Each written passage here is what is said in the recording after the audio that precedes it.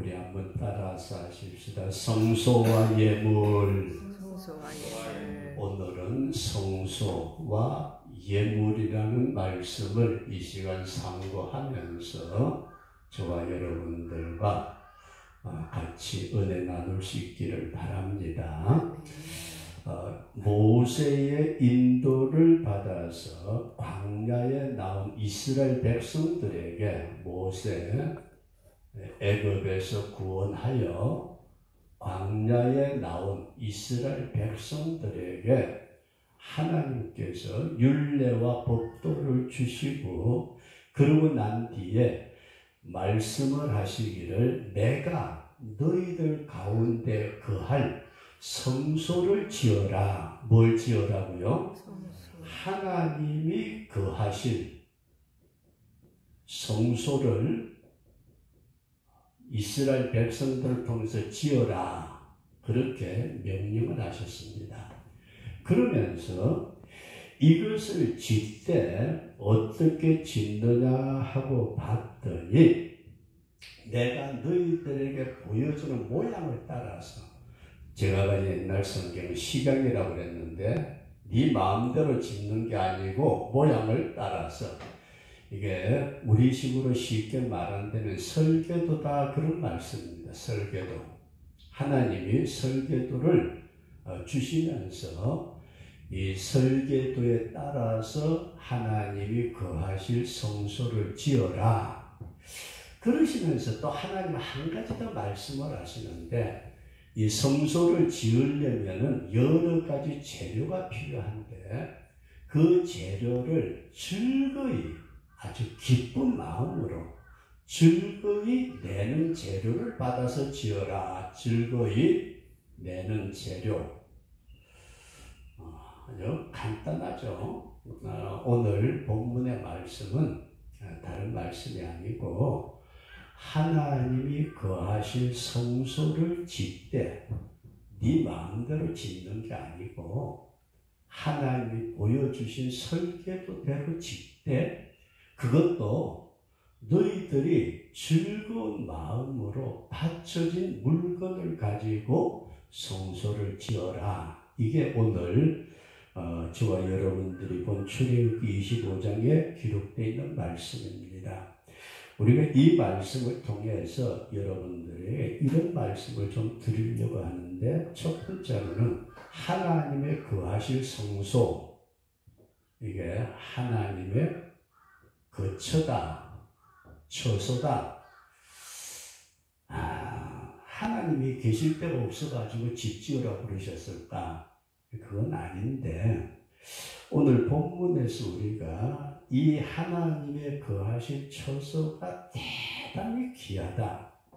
이걸 우리가 염두에 두시면 왜 교회가 귀하냐? 하나님의 성소이기 때문에 대단히 귀하다. 그런데 이 귀한 성소의 발전의 단계를 보게 되면은 성경은 우리에게 이렇게 가르쳐주고 있습니다.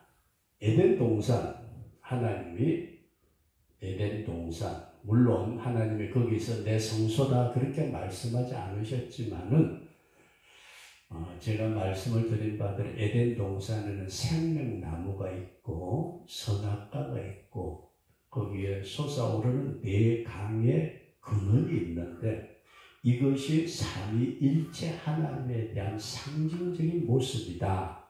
에덴은 하나님이 거하셨다. 그리고 그 다음에 우리가 아브라함 이후의 시대를 뭐라 그러느냐 하면 족장 시대라 그러는데 아브라함 시대, 이 족장 시대에는 하나님께서 임재하신 곳이 어디냐 하면은 제단입니다. 제단. 하나님 앞에 제물을 바치는 곳에 물론 가인도 아벨도 제사를 드렸는데 아벨의 제단에도 하나님이 임재하셨지만은 아벨은 맞아서 죽었고 그 다음에 아브라함의 이후에는 이 제단을 쌓을 때에 거기에 임재하셔서 응답하셨는데 그걸 우리는 뭐라고 그러느냐 하면 제단이라 그렇게 말합니다. 그리고 광야에 나와서 광야, 이스라엘 백성들이 광야에 나와서 하나님께서 뭐라고 말씀을 하셨느냐 할 때 성소, 이걸 우리는 성막이라 그렇게 표현합니다. 성막. 광야에서는 하나님이 성막에 하나님의 거처를 정하셨더라. 그리고 이스라엘 백성들이 가나안 땅에 들어가 가지고 정착을 하고 난 뒤에 솔로몬 시대에 성전을 짓습니다. 예루살렘 성전. 그 다음에 이 성전이 우리가 잘 아는 대로 예수님이 이 성전을 헐어라. 내가 사흘 만에 다시 일으키리라. 예수님 시대에 와서는, 예수님 이후 시대에는 우리가 뭐라고 그러느냐, 내 교회를 세우리라. 교회.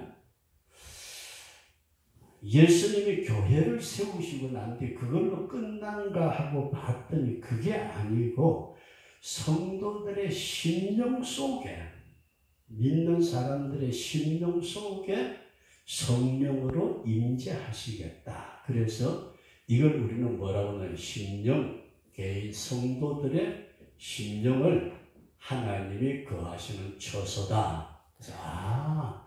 하나님께서 천지 만물을 창조하시고 아니 계신 곳이 없이, 아니 살피고 계시는 곳이 없는 하나님이시지만은 하나님은 시대 따라서 그곳에 임재하셨고 그 다음에 우리가 깊이 생각해야 될 것은 하나님의 눈길이, 하나님의 은혜가 그 자리에 임재해 계셨다. 그래서 이 임재가 오늘 저와 여러분들의 중심에도 주의 성령이 임재해 계시는 줄로 믿습니다. 그러면서 하나님이 그 제단을, 그곳을 하나님이 눈동자와 같이 귀하게 여기셨다. 눈동자. 그래서 성경에 보면은 예루살렘과 이스라엘의 성전을 괴롭히는 자를 하나님의 눈동자를 찌르는 자라, 그렇게 표현을 하고 있습니다. 그래서 저와 여러분들에게는 하나님의 눈동자가 임한다, 눈동자처럼 살피신다, 그런 믿음을 꼭 가질 수 있기를 바랍니다. 그러면서 이곳에서는 하나님의 이름으로 일컬어지고 하나님의 영광이 임재하는 곳이다. 그래서 이 성소가 하나님의 거처가 시대 따라서 변화되어 온 것 같지만 결국은 하나님이 귀하게 여기고 임재하는 곳인데, 오늘날에 있어서는 우리의 심령에 하나님이 임재하시고 우리의 심령에 눈동자와 같이 우리를 지키시고 살피시고 축복하시고 우리에게 영광으로 늘 함께 하신다. 그래서 성도의 심령이 하나님의 처소다, 그렇게 생각하시고 이 처소를 만민의 기도하는 집으로, 만민의 기도하는 집, 그리고 하나님의 만남의 장소로 하나님은 교회와 성전을 사용하셨는데, 오늘 우리가 내 중심의 작은 신음에도 응답하시는 분은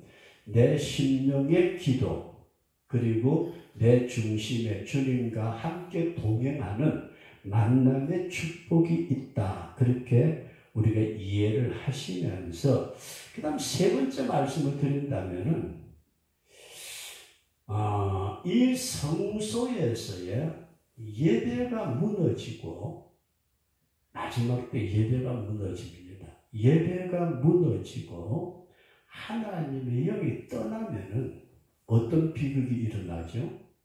예루살렘이, 성전이 돌 하나도 돌 위에 천 놓이지 않고 다 무너지는, 그래서 이 예배가, 제단이 무너지면은 이거는 엄청난 비극입니다. 우리가 상상할 수 없는, 그냥 건물 하나 무너졌다, 교회 하나 무너졌다, 그 정도가 아니고 이거는 세상에 생각할 수 없는 엄청난 비극이다. 우리가 그렇게 생각할 때에 저와 여러분들 한 사람이 얼마나 귀한 존재인가. 그래서 사도 바울이 자기 후계자들은 목회자들에게 뭐라고 말씀을 하셨느냐. 하나님의 피로 사신 교회를 너희들에게 맡겼다. 이게 보통 말씀이 아니에요. 하나님의 피로 사신 자가 누구예요? 오늘 저와 여러분들이고, 그런 성도를 주님이 계시는 이 심령을 가지고 있는 자를 양육하도록 맡겨주신 분이 하나님이시며 맡은 자가 오늘날 어떻게 보면 주의 종이다. 그렇게 말씀을 드릴 때에 이게 얼마나 귀한지 모른다. 그래서 먼저 저와 여러분들이 이 성소의 변천을 꼭 기억할 수 있기를 바랍니다. 하나님이 어디 계시냐? 하나님이 저 하늘 보좌에 계시지. 물론 그것도 틀린 말은 아니지만은 에덴 동산에서 하나님이 죄 없는 시대에 같이 오셔서 그 자리에 인간과 함께 계셨던 그분, 그 다음에 아브라함을 선택하신 족장 시대에는 제단에 불러서 임재하셨고, 광야에서는 성막에, 성소와 지성소를 나누는 그 성막에 임재하셨고, 그리고 그 성전, 예루살렘 성전이 부패하고 타락할 때에 주님은 이것을 헐어버려라. 내 교회를 세우리라. 주님의 몸된 교회. 이 교회가 건물은 옛날에 그랬잖아요. 예배당이라고 그래서 예배를 드리는 집, 교회당. 그러면은 교회가 모여 있는 집인데, 이 교회는 곧 성도들이다. 성도들의 심령 속에 주님이 임재하시고 거기에 함께 계시고 영광을 받으시고, 그리고 그 성도, 성전된 성도를 하나님은 눈동자처럼 여기시고, 누구든지 너를 저주한 자는 내가 저주하고 너를 축복한 자는 내가 복을 주리라. 오늘 우리에게 하나님이 이렇게 말씀하신다. 이것이 오늘날 무너지는, 성도들의 심령이 무너지는, 그래서 고린도전서 13장에 너희 안에 하나님의 영이 거하시는 것을 알지 못하느냐, 깨닫지 못하는, 하나님의 영이 떠나면은 비극을 가져오는데, 무너지면은 하나님이 없는, 어떻게 보면은 예수님을 믿는다고 하면서도 하나님이 없는 사람들이 있을 것 같기도 해요. 제 개인적인 생각이지만 예수님을 믿습니다 하는 것 같은데 그 중심에 하나님은 없고 자기가 주인이 되어 사는, 물질이 주인이 되어 사는 이런 인간들이 있다면 그게 얼마나 비극일까, 그런 말씀입니다. 그 다음에 두 번째로 하나님이 이 성소를 지을 때에는 반드시 모양을 따라 식양대로 설계도를 따라서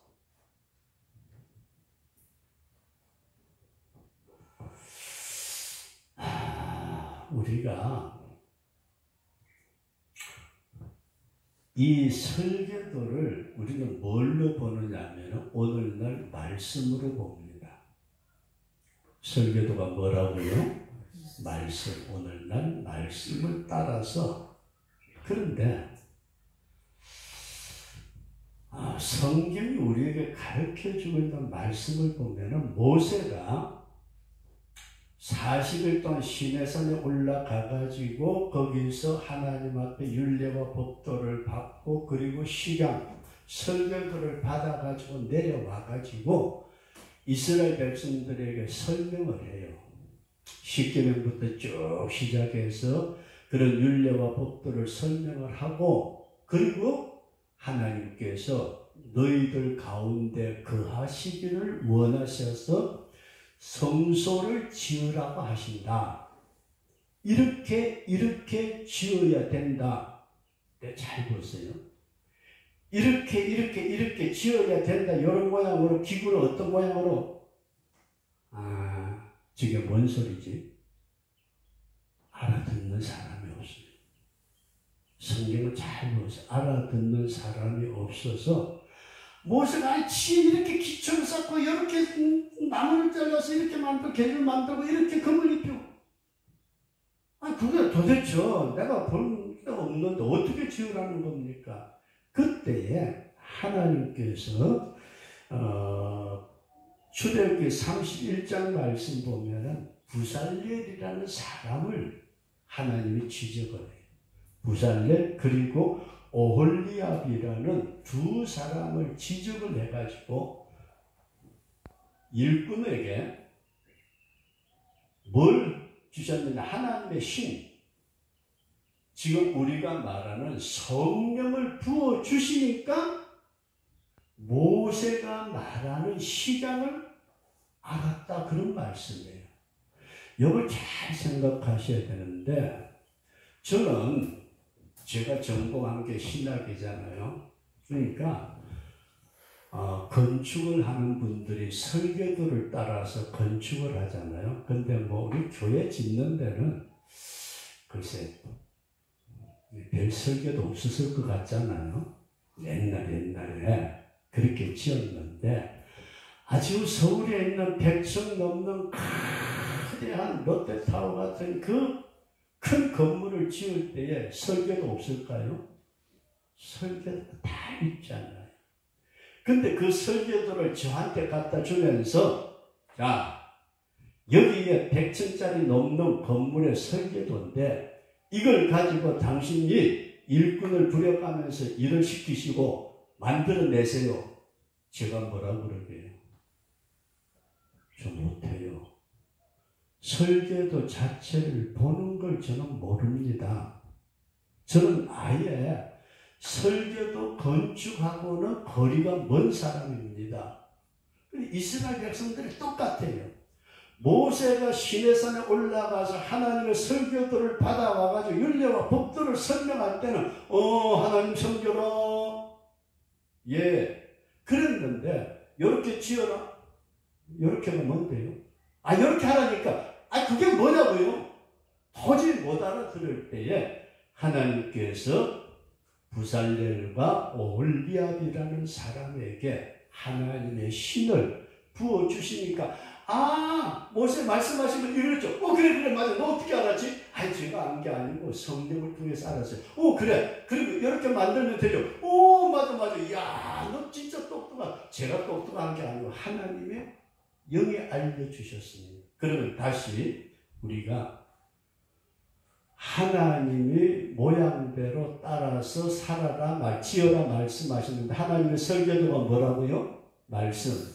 이 말씀을 저와 여러분들이 읽었다, 들었다, 보았다, 그래서 깨달아지는 게 아니고 늘 기도하시면서 성령이 이 말씀을 깨닫게 해주시도록 우리 그렇게 꼭 기도할 수 있기를 바랍니다. 이게 기도가 그렇게 없이, 하나님의 영이 없이 성경을 지식적으로 배웠다 다 되는 게 아니에요. 그래서 어떤 분이 그런 말씀을 하면, 우리 구약 성경에 보면 아가서라는 성경이 있죠. 아가서.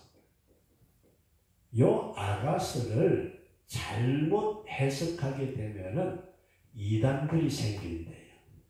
요한계시록을 잘못 해석하게 되면은 이단들이 생긴대요. 근데 성경이 우리에게 그런 말씀을 한 것이 아닌데도 지식적으로 그것을 억지로 풀려다가 자기만 망하면 되는데 다른 사람까지 망하게 만드는 이런 일들이 있기에, 저와 여러분들이 주님이 말씀하신 것을 주님의 영으로 깨달아서 신앙생활과 내 생활에 복된 역사가 일어날 수 있는 우리 그런 성도가 될 수 있기를 주의 이름으로 축원합니다. 그래서 이 복음의 역사를 보면은, 복음, 우리가 잘 아는 마가복음 1장 1절의 말씀 보면 하나님의 아들 예수 그리스도 복음의 시작이라. 예수 그리스도가 복음이에요. 다른 것 없어요, 여러분. 예수 그리스도 자체가 복음이라 그런 말씀이에요. 복음, 복된 소식, 좋은 소식, 누가 들어도, 배고픈 사람이 들어도, 그 다음에 병든 사람이 들어도, 사업이 망한 사람이 들어도 다 좋은 소식이 복음이다. 복음 내용이 뭐냐? 다른 게 아니라 예수님이 복음이다, 그런 말씀입니다. 근데 그 예수를 어떻게 보느냐? 널 위해서 죽었다. 너의 구원자야. 단순하게 그렇게 보는 것이 아니고, 제가 언젠가 복음이 7대 연합에 대한 말씀을 들었는데, 예수님의 탄생, 예수님의 고난, 예수님의 십자가에 죽으심, 예수님의 부활, 예수님의 승천, 예수님의 재림, 예수님께서 천년 왕국을 세우는 것으로 성경은 복음의 모든 역사가 끝나게 돼 있어요. 그런데 이것이 단순하게 예수님이 그렇게 하신 것을 내가 예수님 탄생하셨고 고난당하셨고 죽으셨고 그렇구나, 그것이 하나님의 영을 통해서 내 심령 속에 이루어져야 된다. 하나님이 거하시는 처소가 내 심령이고, 그 예수님이 하나님의 영으로 나에게 임재하실 때에는 내 속에 탄생, 예수 그리스도의 탄생, 거듭난 생명으로 예수 그리스도의 고난에 동참하고, 예수 그리스도의 죽음이 나의 죽음이 되고, 예수님의 부활이 나의 부활이고, 승천의 신앙, 이 땅에 살면서도 하늘의 세계를 바라보는 신앙, 재림, 주여 오시옵소서, 천년 왕국, 그 세계 속에 들어간 이 말씀을 따라서 내가 사는 것이 성소를 지은 생활이다. 이렇게 꼭 이해할 수 있기를 바랍니다. 우리가 그냥 성소를 지어라, 네 속에 하나님의 영이 거하시니까 네가 하나님의 성전이다, 그게는 틀린 말은 아니고 맞는 말이에요. 그러나 그 안에 계신 예수 그리스도가 하나님의 말씀을 따라서 우리에게 오셨고, 내가 그 말씀을 따라 산다는 것이 내 생각대로 되는 것이 아니고 성령이 우리 가운데 임재하심으로 그것을 이루어 주시는, 이것이 하나님께서 우리에게 임재하시는 방법이요 역사다. 우리가 그렇게 꼭 믿음으로 이해할 수 있기를 바랍니다. 그래서 이렇게 예수님이 이 땅에 오셔가지고 이런 사건을 일으킨 것을 모양을 따라, 설계도를 따라서 내 인생도, 여러분들과 저의 인생도 어떻게 하자고요? 하나님의 설계도 따라서 살아가줘야 된다. 하나님의 설계도를 따라서 살려고 하다 보니까 어떻게 해야 돼요? 내가 누구에게 맞춰야 돼요?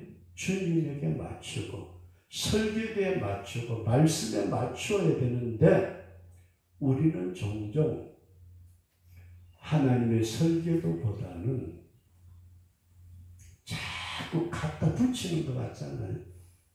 하나님의 말씀, 하나님의 설계도가 딱 있는데 거기다가 딴 것을 자꾸 갖다 붙이면서도 가장 잘하는 것처럼, 그게 아니고 우리가 조용한 시간에 주님과 깊은 대화를 나누시면서 내 인생의 여정에 하나님이 원하시는 설계도가 무엇일까?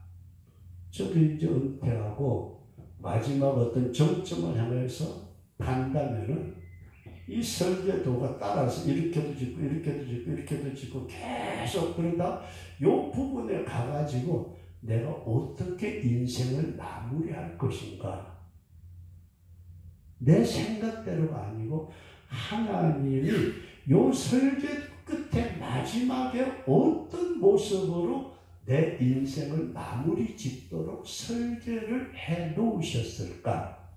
우리가 이걸 생각하시면서 우리는 이 성소, 하나님의 거처, 거하시는 성소 대단히 귀합니다. 그래서 에베소서에 나타난 말씀을 보게 되면은 너희들이 그리스도 안에서 하나님의 거하신 처소로 지어져 가느니라. 우리가 완전한 하나님의 처소로 지어져 가고 있다고 말씀을 하시면서 저와 여러분들이 설계도 이 말씀을 따라서 우리가 생활해야 되는데 그게 내 지식으로 되는 것이 아니고 오늘 아까 부산들에게 하나님의 성령이 부어주시니까 모세가 받은 식양을 이해하셨던 것처럼 주님이 우리에게 성령으로 임재하시니까 하나님의 설계도를 따르게 되는데 그 설계도에 보니까 구원의 역사는 예수 그리스도 복음밖에 없더라. 그 예수님의 복음이 내 속에 이루어지는 역사를 통해 가지고 내가 완전하게 복종할 때에 주님이 설계하신 그 설계도가 내 인생의 완성이 된다. 저와 여러분들은 하나님이 정하신, 여러분들과 저에게 정하신 하나님의 설계도가 있다고 이해되시는 아멘? 반드시 있습니다. 그냥 우리가 지방간 쬐끔하는 거 한 서너 평 되는 농막 하나 짓는 거야. 그거 설계도 없이 그냥 이렇게 하나 지었으면 좋겠다. 머릿속에 하는 대로 하지만은 큰 건물을 지을 때도 엄청난 설계도가 있는데 하나님이 저와 여러분들의 한 영혼을 천하보다 귀하게 여기시고 그 귀한 영혼 속에 주님이 임재하시고 주님의 나라 복간에 들여보낼 때까지 그냥 야야야 적당하게 살다가 와. 그게 아니고 우리에게 세밀하게 하나님이 섭리하고 예정하시고 이끌어 가신다.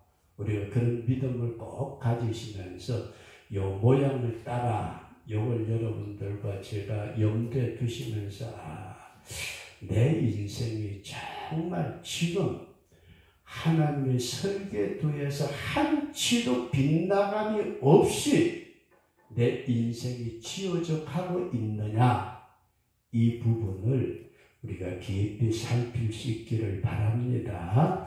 그리고 마지막으로 즐거이 예물을 드려라. 예물. 하나님 앞에 이 예물이 어떤 분은 12가지라고 그러고 여러 가지로 그렇게 말씀을 하고 있는데 동물에게서 나온 가죽도 있고 금은 보화 같은 뭐라 그러죠? 강물에서 나온 것도 있고 배실 같은 식물에서 나온 것도 있는데 동식물에서 아주 골고루 돼 있는데 하나님이 성막에서 나온 그 성막의 기구를 만들기 위해서 예물을 드리는데 잘 보세요. 누가 예물을 드릴까? 구원받은 자, 애굽에서. 요게 가장 중요한 말씀에 예물을 드리는 자가 있어요. 구원받은 자. 이스라엘 백성들은 애굽에서 종노릇하는 데서 바로의 수중에서 하나님이 건져내셨지만은 저와 여러분들은 죄에서 마귀의 수중에서 영원한 지옥에서 건짐을 받았다. 믿어지시면 아멘. 이 분명한 믿음을 가질 때에 하나님이 그 사람이 드린 예물이 크고 작고가 문제가 아니고 기뻐 받으시더라. 그런 말씀입니다. 구원받은 성도. 그 다음에 두 번째로 구원 받았으니까 됐다. 저 사람이 하겠지. 나는 안 해도 된다가 아니고 구원받은 성도에게 요구하는 것이 있어요. 우리 한번 따라서 하십시다. 네가 가진 가장 값진 것. 집사님, 가장 값진 건 아직 안 내놨잖아요. 집사람이 뒤끝이 있다는데 12월 사람 집사람밖에 없잖아요. 그죠? 가장 값진 것 우리가 한번 생각할 때 하나님은 우리에게 주신 분이 누구예요? 예수님이잖아요. 하나님의 독생자, 그 보배로운 피. 우리는 그렇게 그 보배로운 은혜로 말미암아 구원을 받아놓고 믿는 사람들도, 제가 나이가 있어서 그런지 모르지만 옛날 사고방식이 있잖아요. 그죠? 요즘 젊은 사람들은 아예 그냥 딱 교회 하든가 자기 마음대로. 근데 저는 어떻게 보면은 교회하고 내하고 하나다, 그런 생각을 들 때가 종종 있어요. 그래서 문제가 되기도 하는데, 내가 주님 앞에 받은 것이 내가 지금 소유하고 있는 그 어떤 것보다도 비교할 수 없는, 그럼에도 불구하고 우리는 우리 자신의 가장 값진 것을 드리기보다는 뭔가 조금 아닌 것 같은 그런 느낌을 받는 때가 몰라서 저는 종종 있어요. 내가 생각해도 이게 정말 주님 앞에 이게 가장 귀한 걸 드리는 건가, 그런 생각을 갖는데, 우리가 하나님 앞에서 구원받은 자, 네가 구원의 은혜가 얼마나 크냐. 100만 원짜리밖에 안 되면은 100만 원만 해도 될 것 같잖아요. 그죠? 구원받은 게 돈 1000만 원 돼요. 그거보다 조금 더해요. 구원받은 그 자체가 얼마만큼의 값어치라는 것을 느끼는 사람이라면은 그 값어치에 따른, 그래서 내 생명 전체를 다 드리고도 주님 부족합니다, 그렇게 말하시는 가장 값진 것. 그 다음 마지막으로 말씀을 드리고자 하는 것은, 이게 우리 믿음의 사람들이 주님 앞에 가장 값진 것을 어떻게 내라고요? 즐거운 마음으로, 즐겁게.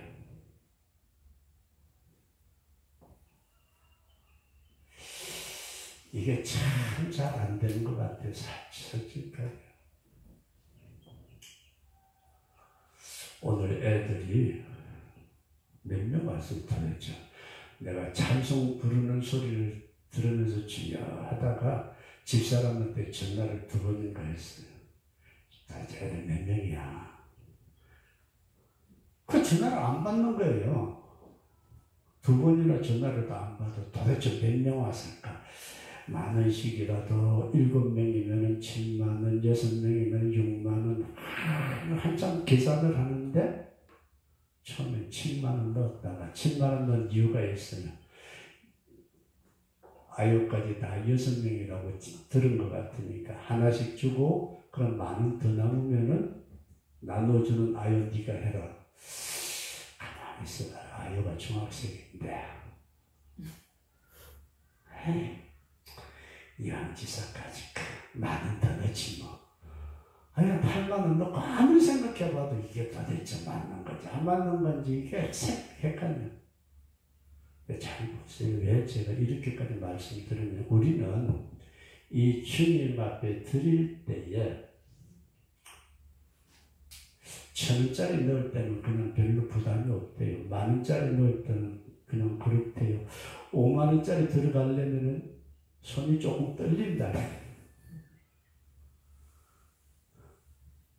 오늘은 우리 다른 건 다 생각하지 마십시오. 다른 건 다 잊어버리고 내가 너와 함께 하기를 원한다.